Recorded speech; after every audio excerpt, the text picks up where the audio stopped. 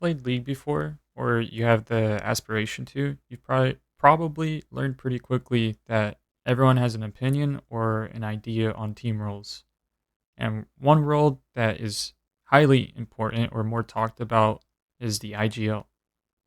After 3 seasons of League, one thing I've noticed is how quickly people shift the blame to the IGL when things go wrong. And don't get me wrong, sometimes the IGL is to be blamed, but the longer I've played, the more I started questioning this idea. Because when I look at most open teams or lower level teams, I don't see teams losing because of tactics. I see teams losing more because of missed trades, poor communication, bad spacing, and just in general, very weak fundamentals. So, in this video, I want to talk about why I think most lower level teams don't need a better IGL, they just need to get better at counterstrike. To get into it, the first point is what is an in-game leader? And also why do people even want an in-game leader? To me, it's pretty simple. But I'll explain a little bit. You want an IGL because it's basically the person calling the strats. They're making the mid-round decisions and generally acting as the team's like overall decision maker. So when you know the people or your teammates are looking for an answer when the game is going kind of crazy, or it's basically the in game's leader to figure it out. So we're not going to sit here and pretend it's easy because being an IGL is not easy. And arguably, they probably need to understand Counter Strike on a deeper level than most players. They also need to know how to build the system around their teammates, how to play into each other's strengths, and create situations that give the team the chance of winning. So another thing that's again really important for an IGL is they have to understand the economy because that's very important. The utility, the rotations, the timings, the other team's tendencies, even at sometimes, and how the opponents are gonna react. Sometimes the IGL they'll predict reactions, and other times they're just intentionally creating or trying to create those reactions to manipulate the other team. So they also come up with the strategies. They are the ones that adapt when things go wrong, and making decisions with with information or the lack of information, essentially. So when you look at everything the IGL is responsible for, it's easy to see why people, when you're losing, they just want to replace it instantly or put all the blame on it. But I'm here to say that I think that's where a lot of the lower level teams get it wrong. So that brings me to I guess, the true point of the videos. Lower level teams don't need a true IGL. And you might be thinking, well, what the hell? How am I supposed to compete without a IGL? And the answer is pretty simple: is fundamentals. The entire point of the video is to challenge that idea that an IGL is the solution to every problem the team has.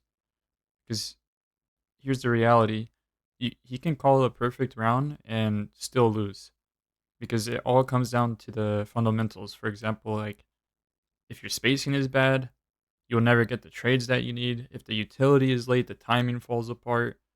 If you don't even know how to like have good lineups or like layer the flashes, like none of it is gonna work. The execute doesn't even matter. If you do, it executes. And if you've never even try ran the strat in practice, people are gonna get lost the second something unexpected happens. At that point, it doesn't matter how good the call was because the round is already over before it even started. And I think that's what a lot of lower level teams misunderstand is they're looking for like a tactical solution to just it's a fundamental problem.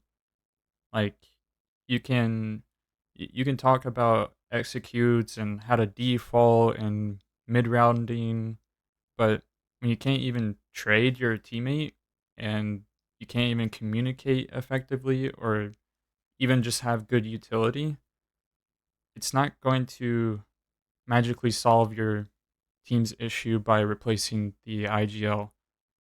That brings me into point number three, where I said, when is it the IGL's fault?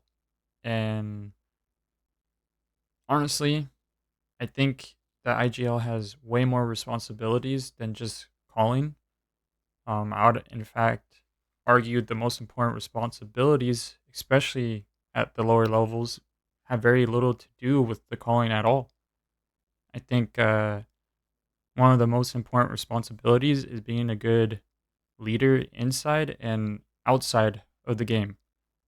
And they should also be creating a system that plays into the team's strengths and minimizes its weaknesses. So it's essentially the IGL's job to figure out what the strengths are and the weaknesses, and that's through scrims. And that's another point is they should be organizing practices with purpose, not just getting scrims and just playing them without having any purpose in them. For example, if your team struggles with spacing, then you practice spacing in the scrims. Or if the utility timing is bad, you practice the utility timing. And same with the communication. If you guys have mid-round problems with comms and stuff like that, then you have to create situations that force the team to do that. So it's not just the spamming counterstrike pugs and whatever. Your goal is to improve, and I feel like the IGL definitely has a big part in that. And I think a lot of teams confuse that, because me personally, I would rather have one or even two more focused practices every week than just 5 days scrimming and we're not fixing anything or doing anything. And again, that's another responsibility of the IGL, is to keep the team accountable, and somebody that can make sure the frustrations get talked about and the problems get addressed before it just turns into resentment. Because it's happened to me personally, and I've seen it, that teams just fall apart not because of the strats. It's more of because nobody's willing to have those uncomfortable conversations. And that's why I'm saying I think at the lower levels, leadership is more important than the calling.